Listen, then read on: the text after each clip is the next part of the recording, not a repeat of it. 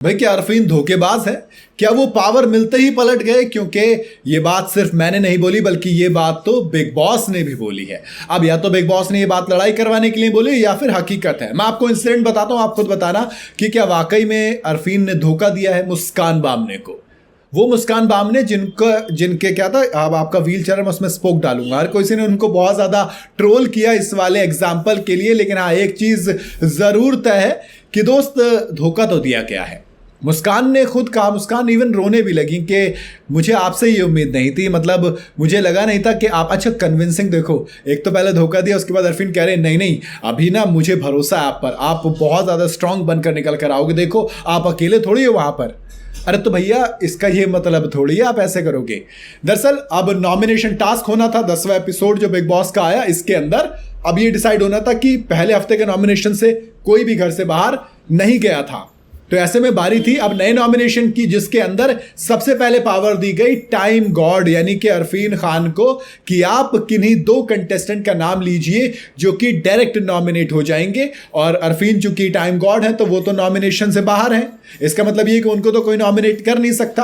तो ऐसे में जो सबसे पहला नाम अरफीन देते हैं वो होता है तेजिंदर बग्गा का। कहते हैं कि भैया इनका कंट्रीब्यूशन नजर नहीं आता। बग्गा कहते हैं ठीक है चलो कोई बात नहीं। दूसरा जो नाम दिया जाता है अरफीन की तरफ से वो होता है मुस्कान बामने का।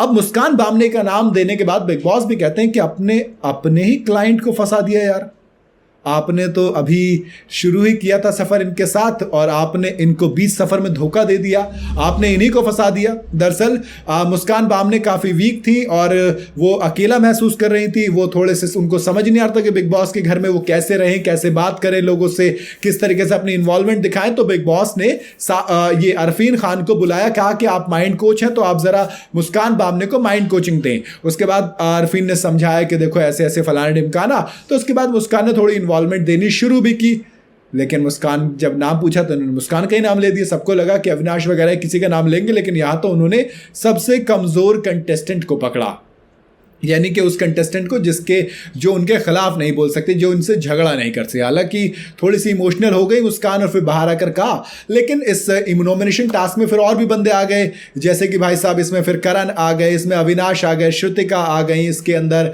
मतलब तमाम कंटेस्टेंट आ गए। तो शिल्पा शिरोडकर खुद आ गए, करणवीर मेहरा आ गए।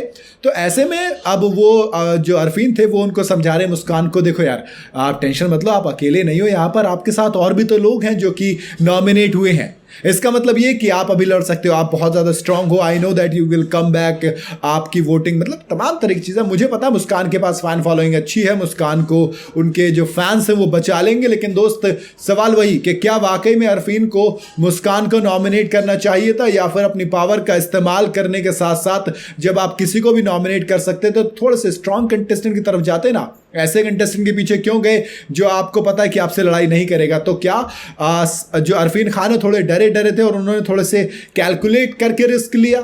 आपको क्या लगता है, क्या ये धोखा था या फिर everything is fair in love and big boss? आप अपनी राय मुझे कमेंट में जरूर बताइएगा। वीडियो अगर आपको पसंद आई हो तो इसे लाइक और शेयर जरूर करें। जाते जाते चैनल को फॉलो और सब्सक्राइब जरूर करते जाइएगा।